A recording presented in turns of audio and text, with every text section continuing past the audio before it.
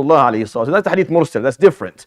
That can be seen as a weak hadith in general, depending on who the tabi'i is. But if the tabi'i says عن رجل من أصحاب رسول الله عليه, so he points out a specific person, or he says he says that it was a person amongst the Prophet alayhi companion who told me this, but I just don't remember who. Then there's a different way of looking at that hadith. Depending on the tabi'i, it is seen as either authentic or reasonable versus da'if, but that's just like a little nugget from Musalah hadith.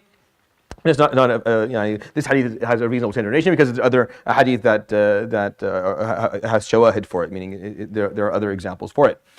Within the issue of marriage, this is still what I'm talking about for the next maybe week or two. Then I'll cover a few more hadith on this issue, on this topic.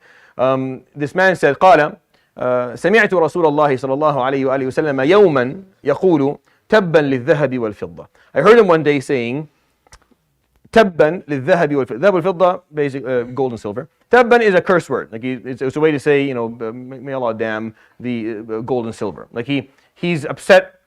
Now there's context here that is missing, that this man did not pick up. He just heard the Prophet ﷺ walking away saying, gold and silver this and gold and silver that. قال فانطلقت وعمر بن الخطاب. Like I went and Umar al-Khattab was with us. The two of us walked. This man from amongst the Prophet ﷺ Sahaba. قال فلحقه عمر فقال يا رسول الله قولك تبا للذهب والفضة ماذا. So Umar al-Khattab would ask, he followed up the Prophet ﷺ. Ya Rasulullah, you said, you cursed ذهب وفضة. What do you mean? Like we don't, you don't usually do this. So why are you saying that? فقال عليه الصلاة والسلام لسانا ذاكرا قلبا شاكرا وزوجة تعين على الآخرة. And he walked عليه الصلاة والسلام. He said, صلى الله عليه وسلم, apparently he was frustrated with something someone was saying. Something to do with a bit of a materialistic approach. He was frustrated with some degree of materialism that he was witnessing. So it bothered him. So he said something so and so, ذهب وفضة. And then the guy who was hearing, and Umar al-Khattab, they just heard him say this on the way out. They didn't actually witness the context. They ran after him, alayhi salam. There's a lot of things to learn from this hadith. I'm not going to waste too much of your time. They ran after him and said, Ya Rasulullah, we heard you say this curse word that doesn't, like you're saying so and so, what's the problem? So he didn't actually explain to them, alayhi salatu wasalam. He just said these three things. لسانا ذاكرا وقلبا شاكرا وزوجة تعين على الآخرة. And he had it بالفتح. So it's not لسان ذاكر وقلب شاكر. No, لسانا ذاكرا. So in Arabic, when you put fatah nasb on a word, there has to be some reasoning for it. And most of the time, it's either like a harf mushabbah bil fi'l, inna, anna comes before it, or there's a fi'l and it's a maf'ul bihi for it to make sense. So in this case, Wallahu a'lam, this is how the scholars have understood this, and this is what you take from the context of what's being said. And the Prophet ﷺ is actually saying, Tas'alullaha, أو تطلبوا, like what you should ask for, what you should be happy with, what you should be hoping Allah gives you, is a lisanan dhakira, a tongue that is engaged in the remembrance of Allah subhanahu wa ta'ala, qalban shakira, a heart that is satisfied, that is grateful to what Allah subhanahu wa ta'ala, and zawjatan tu'inu ala al-akhirah, and a wife that will help you get it to akhirah, and that's all you need. He was upset with the materialistic approach people were showing. This is back at his time, when people know nothing. People own nothing. People had nothing. I can't imagine how he could be upset with any materialistic approach at that time. What material existed? Like people barely had shoes. People didn't have bathrooms. There was no running water. Electricity wasn't even talked about. This is not even, and he was upset with people focused on ذهب وفضة.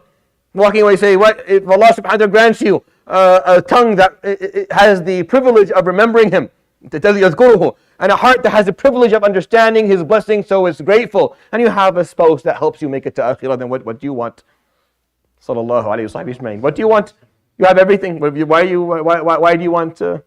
Why are you wasting your time and your thoughts of wealth and money and material? Yeah, that's how he thought, alayhi salatu wasalam.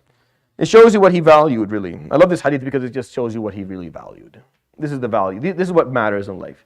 Are you someone who's blessed with the ability to know God to the degree that allows you to remember Him? So your tongue can do dhikr? Yes. Do you understand faith in a way that allows your heart to be in gratitude for what you have? Yes. Do you have a companion on the way that will take you closer to Allah, not farther away? Yes. Then you are very rich. Then you are the richest of the rich. You're the wealthiest person alive.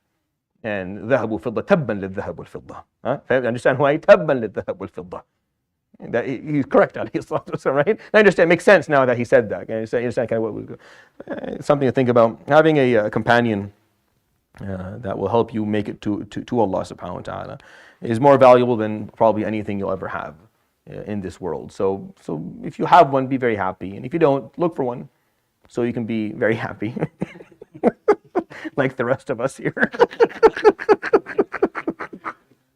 صلى الله على محمد صلى الله عليه وسلم. يروي الإمام أحمد في مسنده بسند حسن عن رجل من أصحاب النبي صلى الله عليه وسلم قال: سمعت رسول الله صلى الله عليه وآله وسلم يقول: تبا للذهب والفضة. فانطلقت وعمر بن الخطاب فقال عمر: يا رسول الله، قولك تبا للذهب والفضة ماذا؟ فقال: لسانا ذاكرا، قلبا شاكرا، زوجة تعين على الآخرة. ثم انصرف. صلى الله عليه وآله وسلم أجمعين. صدق رسول الله صلى الله عليه وسلم. سبحانك وبحمدك، أشهد أن لا إله إلا أنت، أستغفرك وأتوب إليك. وصلى الله وسلم